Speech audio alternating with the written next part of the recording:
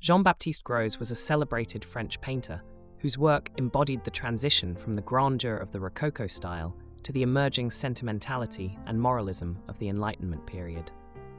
Born on August 21, 1725, in Tournus, a small town in Burgundy, Greuze grew up in a modest household.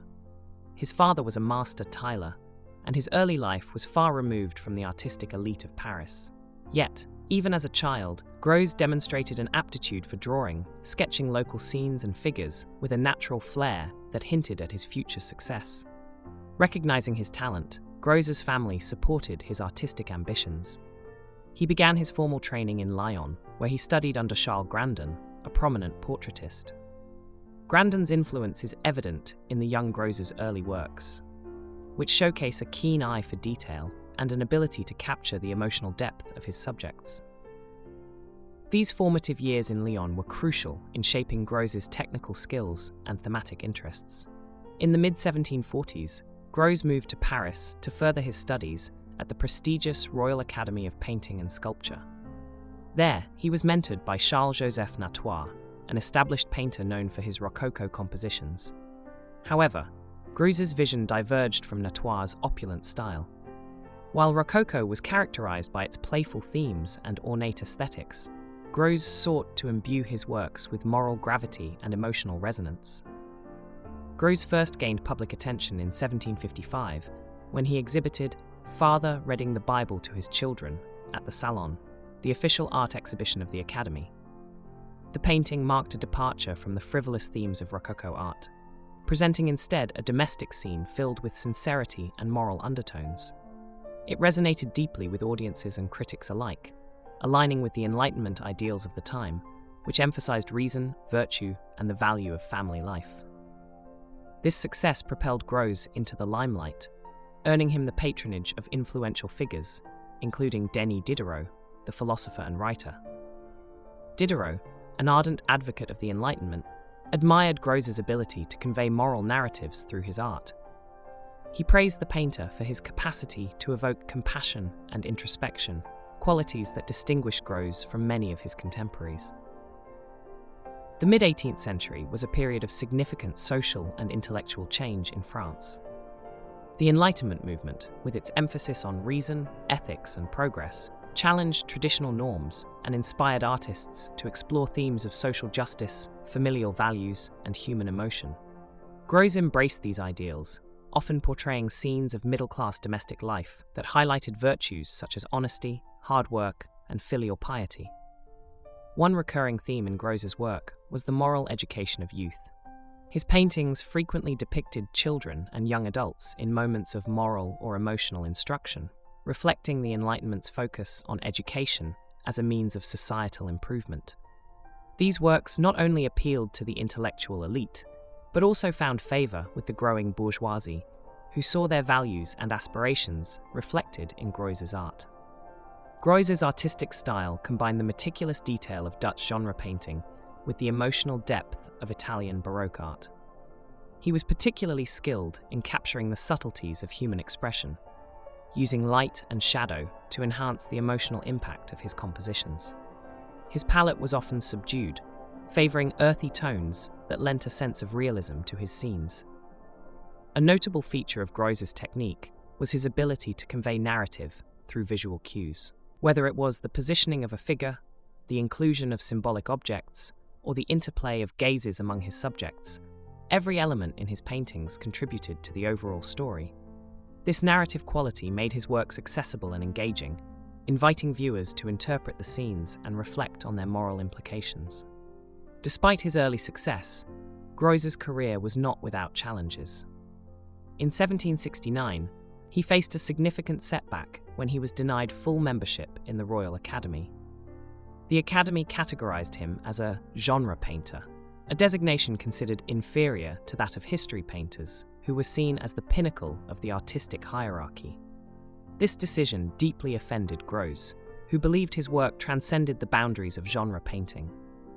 The rejection marked a turning point in his relationship with the Academy and the Parisian art establishment. While he continued to exhibit his works independently, his refusal to conform to institutional expectations limited his opportunities for official recognition and commissions. By the 1770s, Jean-Baptiste Greuze had established himself as one of the leading painters of his time, celebrated for his ability to capture the complexities of human emotion and the moral ideals of the Enlightenment. His works resonated with a society in flux, bridging the gap between the Rococo's frivolity and the emerging neoclassical emphasis on reason and virtue. As the 18th century drew to a close, Jean-Baptiste Greuze faced new challenges in his personal life and professional career. Despite his earlier triumphs, the shifting cultural and political landscape of France tested his resilience as an artist. This period, marked by the French Revolution and its aftermath, saw Greuze navigate financial struggles, artistic transitions, and an evolving public taste that would ultimately redefine his place in art history. In the late 1770s, Greuze's popularity began to wane. The art world, once enamored with his emotive genre scenes and moral narratives, turned its attention to the emerging neoclassical movement. Spearheaded by artists like Jacques-Louis David, neoclassicism rejected the sentimentalism that had defined Greuze's works, favoring a return to the grandeur and simplicity of classical antiquity. This stylistic shift left Greuze at odds with the prevailing tastes. His refusal to adapt his style or thematic focus further alienated him from both patrons and critics. Where once his scenes of domestic virtue had been lauded, they now seemed outdated in the eyes of a public seeking monumental and patriotic art aligned with the revolutionary spirit. Adding to his difficulties, Greuze's insistence on maintaining his independence from the Royal Academy limited his access to influential commissions. This stubborn streak, while admirable, contributed to his marginalization within the Parisian art world. The decline in Greuze's professional fortunes was compounded by personal setbacks. In 1785, his wife, Anne-Gabrielle Babuti, left him following a tumultuous marriage marked by financial disputes and allegations of infidelity. Their separation not only caused emotional distress but also strained Greuze's finances, as Anne-Gabrielle initiated a legal battle over their property and income. The French Revolution, 1789 to 1799, further exacerbated his financial woes. The upheaval disrupted the traditional art market, and many of Greuze's patrons, members of the aristocracy, fled or faced persecution. With commissions drying up, he struggled to make ends meet, often resorting to selling smaller works and sketches at reduced prices. Despite these hardships, Greuze remained devoted to his art. He continued to paint and exhibit, though his later works lacked the innovation and emotional depth that had characterized his earlier masterpieces. Some critics attribute this decline to the pressures of his financial and personal troubles, which may have stifled his creative spirit. Although Greuze is best known for his genre paintings, his later years saw him attempt to diversify his artistic output. He experimented with portraiture, producing works that showcased his technical skill and ability to capture the subtleties of human expression. These portraits, often of bourgeois clients, provided a modest income but failed to achieve the acclaim of his earlier works. Interestingly, Greuze also ventured into history painting during this period, likely in an attempt to align with the neoclassical ideals that dominated the art scene. However, these efforts were met with limited success. Critics often regarded his history paintings as lacking the grandeur and compositional rigor expected of the genre. One of his few late successes was his self-portrait, painted in 1795.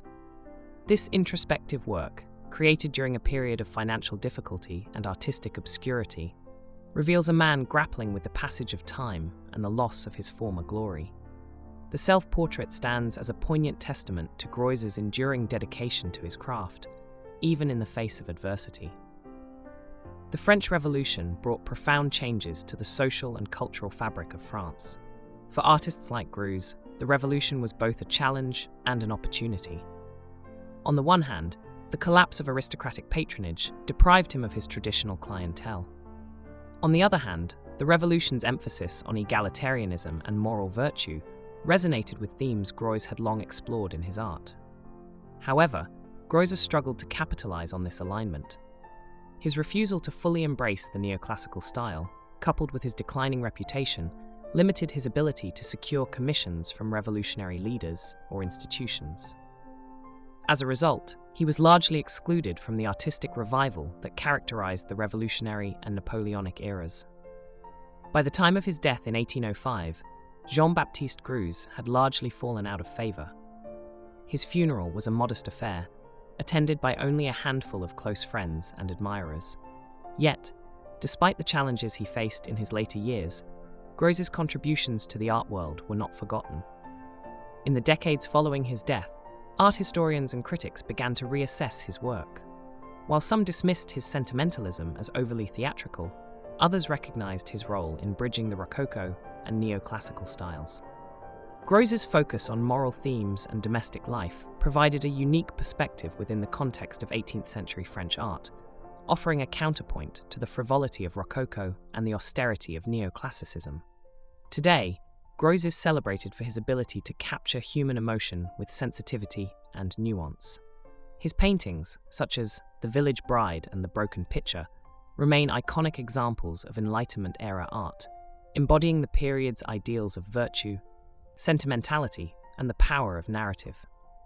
Greuze's influence extended beyond his own time, shaping the work of later artists and thinkers. His emphasis on moral storytelling inspired 19th century genre painters, particularly in France and England, who sought to depict everyday life with a similar blend of realism and emotion. Writers and dramatists of the Romantic era also found inspiration in Greuze's exploration of human sentiment, which mirrored their own fascination with the complexities of the human experience. Moreover, Greuze's ability to appeal to a broad audience, from intellectuals like Denis Diderot to the burgeoning middle class, demonstrated the potential for art to bridge social divides. His works, accessible yet profound, challenged the notion that high art was the exclusive domain of the elite, paving the way for a more inclusive artistic culture. Jean-Baptiste Greuze's life was a testament to the transformative power of art and the enduring struggle of the artist to balance creative vision with societal expectations. From his early triumphs as a painter of moral domestic scenes to his later struggles with changing tastes and personal adversity, Greuze's career encapsulates the complexities of 18th century France. While his later years were marked by decline, Greuze's legacy endures as a pivotal figure in the evolution of French art. His works, celebrated for their emotional depth and moral resonance, continue to captivate audiences and remind us of the enduring human quest for meaning, virtue, and connection.